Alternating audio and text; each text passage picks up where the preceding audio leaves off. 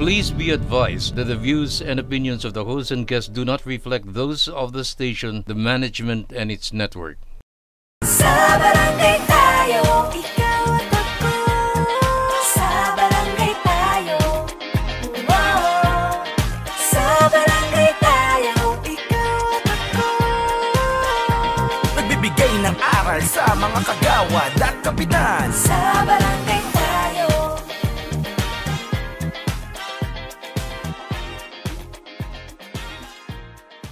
Isang magandang araw po sa inyong lahat mga kabarangay. Ako po ang inyong lingkod, SK Mai Salazar, at welcome po sa isa na namang araw na makabuluhang talakayan para sa ikagaganda ng serbisyong barangay. Kasama pa rin ang ating pambansang kagawad, Kags Butch Serrano.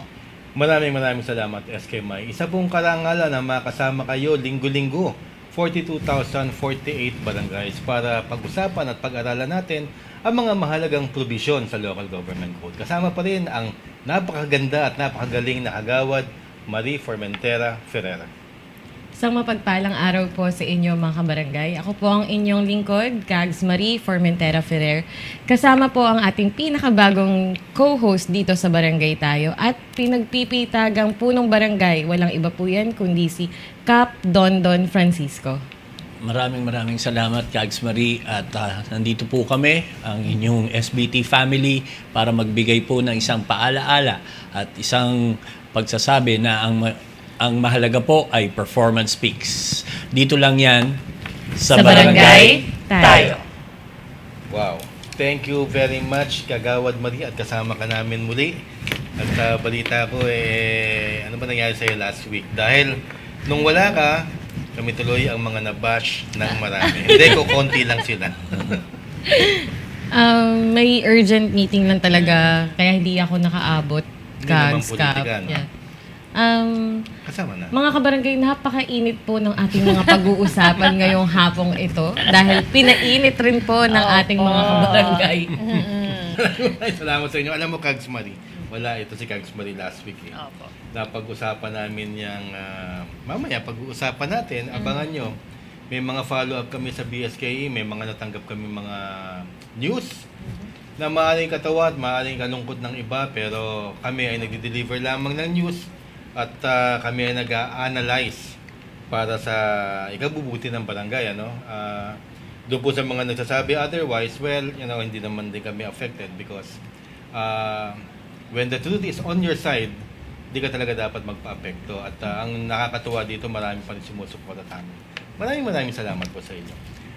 I don't want to start the show na medyo negative tayo, no? Pero last week lang, SK Mai, na kari-report lang natin, Cap Dondon, di ba, na may nabaril na kapitan.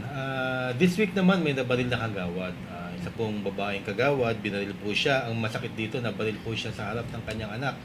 Hindi na ho namin papakita yung CCTV at siyempre nirerespeto natin ang kanilang pamilya at right now under investigation ng mga kapulisan sa Maynila.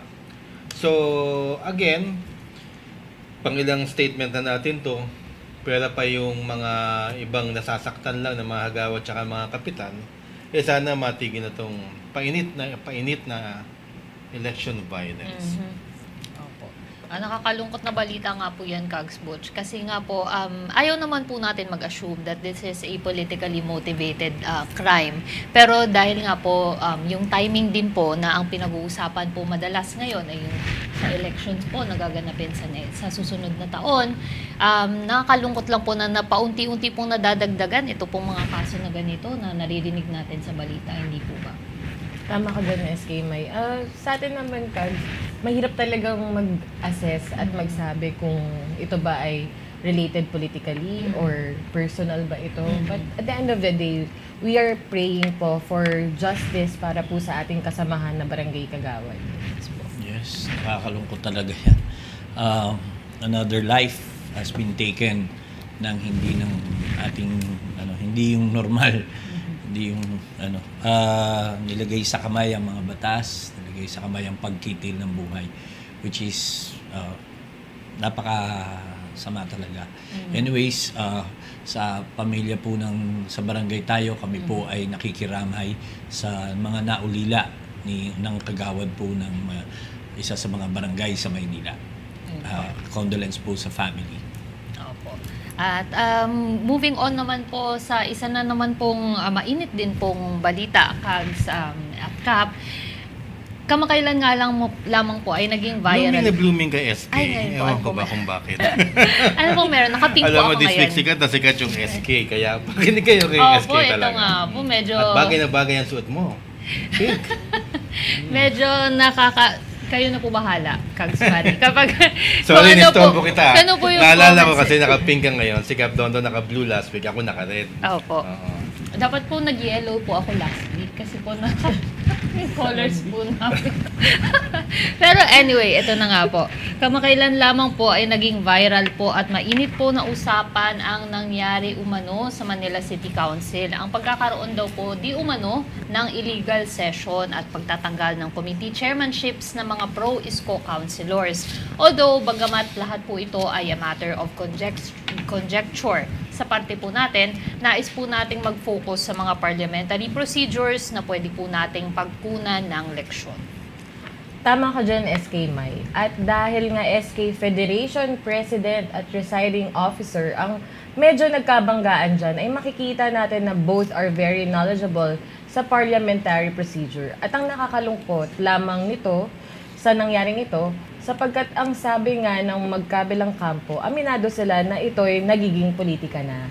Yes po, Kags, tama po yan. Bagamat anuman mangyayari ay ang tututukan po natin sa issue ngayon sa Manila City Council ay ang mga ginamit po at pinag-aaralan nating parliamentary procedures. At hindi po tayo papanig at magpo-focus po sa personalidad. Tayo po ay mag-aaral ngayong segment po na ito.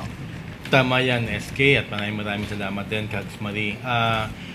Hindi po ito yung segment na i-analyze natin kung sinong tama o mali because there are courts of law at malapit na ang sabi nga ho ng kabilang panig na nawala ng mga komite sa council ng Manila lalapit po sila dyan. So we do not want to preempt anything. Ang sa atin lang nakakatuwa lang panoodin sapagkat meron mga ilang parliamentary lang. Pagkatabi ko si Askey, ganun ako. Parliamentary procedures na pwede nating mapagkuhanan ng aral. Opo. Kagaya ng nangyaring sinasabing di umano last July 22 or 23 nagkaroon daw ng unang sinabi nila secret pero later on sinabi nila na illegal session sapagkat nagkaroon daw ng session sa Manila City Hall na hindi pinatawag ang kabilang panig o ang kabilang mga city councilors na pumapanig sa isang kakandidato balang araw na mayor. Kaya daw nagpatawag ang liderato ng Manila Council na magkaroon ng hindi natin alam kung special o regular session pa rin. Hindi daw pinatawag yung ibang mga konsyal. Ang nangyari, nagkaroon ng motion para to declare all chairmanships of all committees vacant. So natanggalan yung mga committees na mga hindi nila pinatawag ng chairmanship nila at hindi na nga sila naging chairman. So, Kags Marie, alam mo, ang nagkainitan kasi din tumayo yung SK Federation President, kaya ako po tinatanong si Kags Marie dahil yun po yung dati niyang posisyon. As a councilor, as a member of the City Council, na tinanggal daw sa kanya yung Committee on Youth and Sports.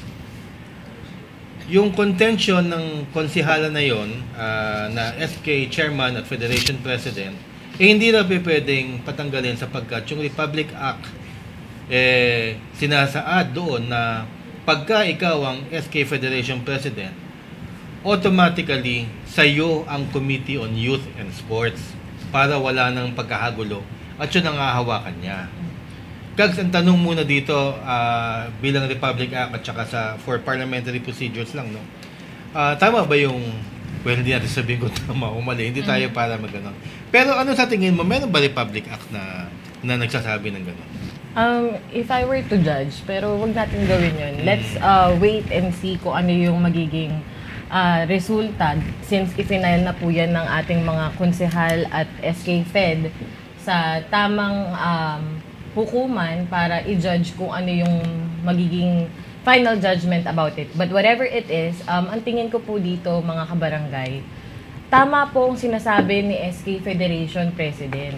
If I were to judge and look at it, kasi meron po talaga tayong RA 7160 na kung saan nakalagay at nakasaad po dito na ang SK Federation President ng isang lokal or probinsya or municipal ay automatically po ang Youth and Sports Development na komite ay mapapapunta po ang chairmanship sa SK Federation President na inelect ng kapwa niya mga SK chairperson sa bawat barangay.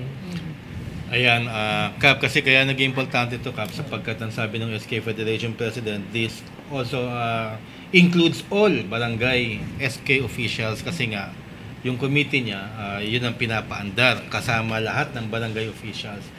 And mapapansin niyo sa Manila kasi nawalan nga ho ng chairmanship yung iba bago natin pag-usapan yan. Ano?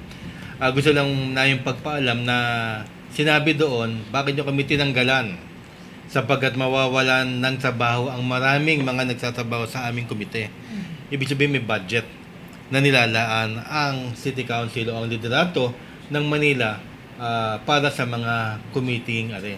Speaking of halimbawa, badatingan po tayo sa discretion na yan. Kap, ano ho masasabi ninyo doon sa pagtanggal? Is it a discretion of the council or is it the discretion of the leadership of Manila? Alam ko, ito sabihin ko sa inyo to. Kasi pag nagtatanong po kami, sometimes, minsan umiiwas kami sa mga Marcelo na topic na sapagkat ako di bale, hindi ako nakaupo. Pero pag nakaupo, iba ang accountability ng nakaupo. Iba bawat salita at bawat kilos na nakaupo, meron niyang tinatamaan o sinasagasaan. Kaya nga po maingat kami magsalita din eh. Kung ako naman nagsasalita ng gano'n, it's because, you know, I have nothing. They have nothing against me and I have nothing against them. Kaya, yun nga po. Pero tatanungin pa rin natin si Kap Dondon on a matter of discretion ng kapitan kung ang konseho niya, kagawad niya, ay tatanggalan niya ng komite. Na nakita natin sa Manila Council na pwedeng gawin. Salamat, Kags Butch. Okay. Una, hindi ako right person para magkomento sa kung ano yung nangyayari sa city. Dahil hindi po ako konsehal.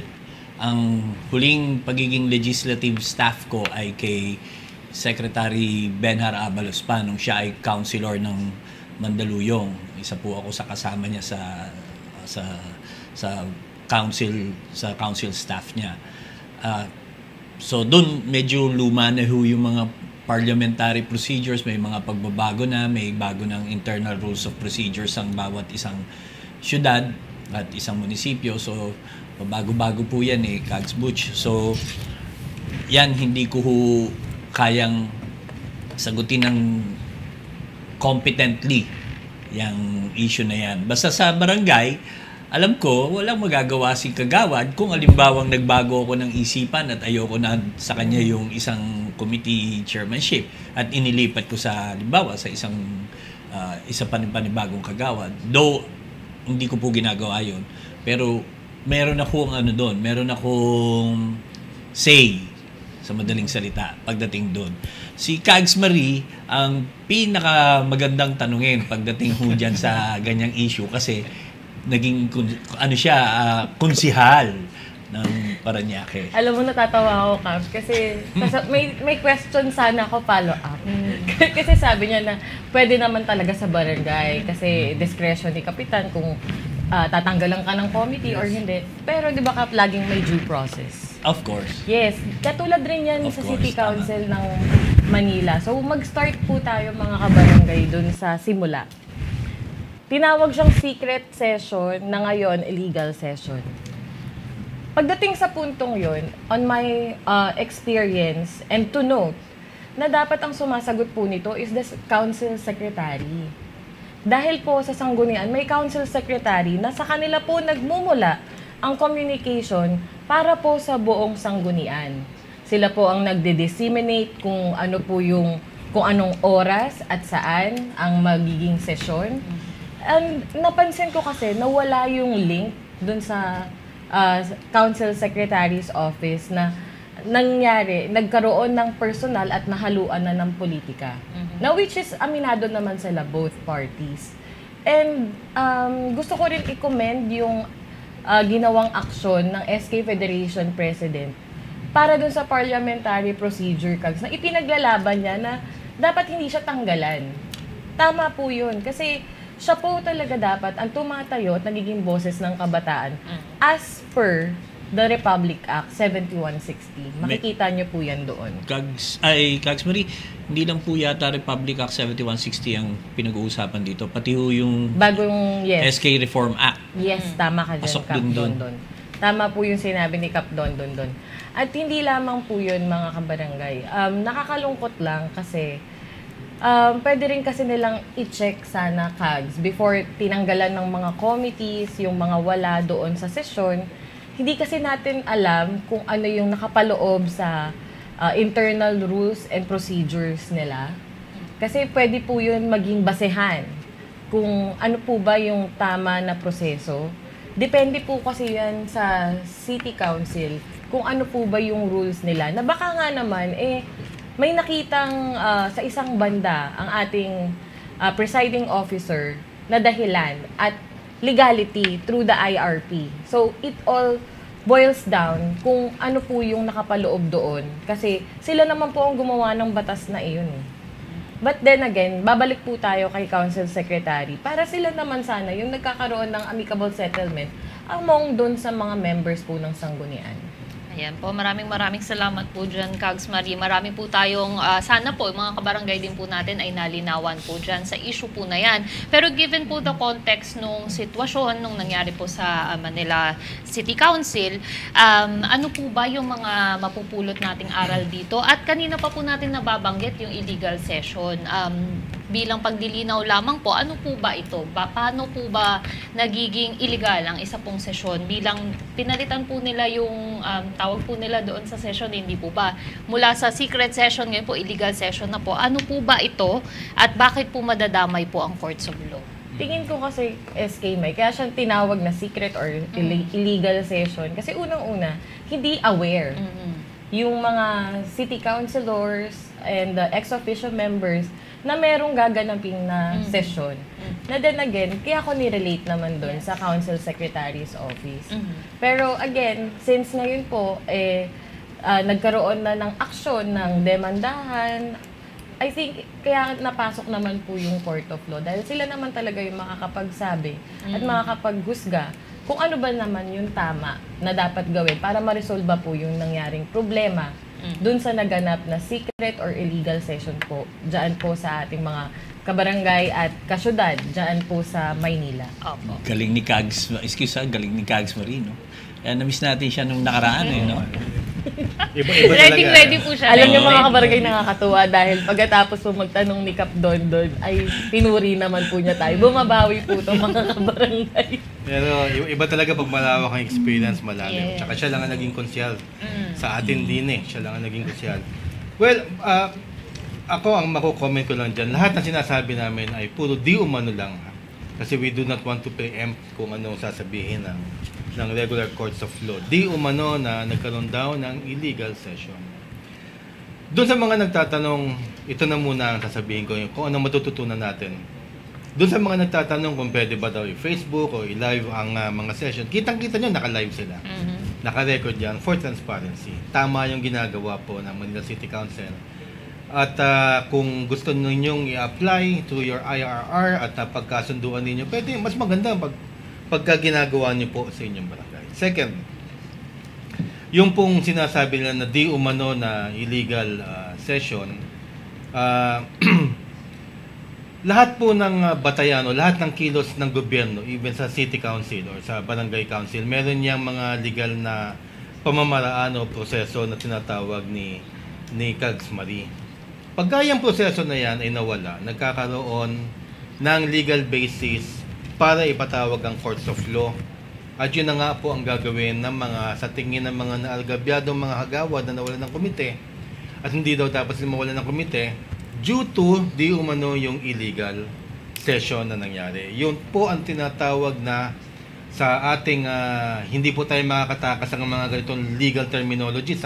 Wala po nagmamalaki o nagyayabang din eh. Ito po talagang pinagdadaanan. At nakikita niyo sa City Hall, ito pinagdadaanan ito. Ito po ay isang magiging justiciable question. Meaning, pwedeng pasukin ng courts of law kung ang isang bagay na nangyari hindi dumaan sa tamang proseso. Yan. Pero, pagka ang sinabi dito ang discretion ni Kapitan, doon, natanggalin si Kagawad Marie ng Committee on Youth. Yun ang discretion niya. Hindi pwedeng makailangang korte sapagkat that is a political question. The determination of which lies on an independent body like yung konseho nga natin at yung Manila City Council. Yan ang big difference ng question. Naging justiciable question lamang sapagkat nakita ng di umano na mga tinanggalan ng mga chairmanship ng komite na hindi dumaan sa legal na proseso. Meron daw illegal di umano na session na hindi daw sila pinatawag. So it's a matter of SK Kags na he says, she says. Patutunayan nila sa husgado na una muna hindi sila pinatawag. At kung napatunayan yon, magdi-decide ang courts of law. At ang sinasabi nga ng isang konsehal, regular courts of law, medyo magre-research pa muna ako doon. Kasi alam ko, anything that has to do with government legal process, sasandigan yan sa ombudsman tsaka DILG muna dadaan lahat para maitanong. So, yun ang pinakapunto ng usapan natin. Was there an illegal session? And then, kung hindi man siya illegal, tama ba yung pagtanggal? Ang sa amin kasi dito, at sinasabi nila, the timing is political. Yung timing lang naman Malapit na kasi umiinit na. Nagkahagirian na sila. Yung nagkatanggalan pa ng komite. Siyempre, masasaktan. Tika, politiko kasi nandito kami sa kabilang panig. Nandito sa kabilang panig yung kabila. Retribution yan. Talagang inaano nyo kami. Hindi pwedeng ganyan. Pero, pag hindi na-determine na illegal yung session, justified yung pag-alis. Regardless kung political yan o yung sinasabi nilang illegal. Yun ang power. Wala talagang may-ari ng komite. Except yung sinasabi ni SK Federation Chairwoman, Konsehala yan Ibay, na meron tayong Republic Act na automatic hindi mawawala sa SK Federation President yung Committee na Youth and Sports. Yes. So maraming issue, napakaganda pag-usapan at marami tayong natututunan tungkol din not because of their actions but yung parliamentary procedures na pwede nating i-apply sa konseho, sa barangay konseho. Ayun lang bro. Maraming salamat po dyan, Kags Butch. Bilang panghuling katanungan na lamang po, meron po bang pagkakaiba po ito pong powers po ng presiding officer mula po sa barangay, sa city, and then of course sa Senate and Congress po? Well, ito, nag-set tayo yung presiding officer after a few days kasi nga nababash siya, yung mga ganon. And I also feel him. Parang kasi pag presiding officer ka, hindi mo naman kailangan makipagdebate because you are supposed to preside over, para smooth ang galaw ng council. So, hindi siya nagsasayin ng kahit. Sinabi niya bandang huli na huwag niyo sanang isipin na mahina ako, na hindi kasi nagagalit din siya. And that is understandable human nature. Pero ang pagkakaiba kasi, sinabi rin niya, iba ang presiding officer sa City Hall sapagkat elected ang vice mayor. SK Mike, kaya ako medyo parang napaano. Yes.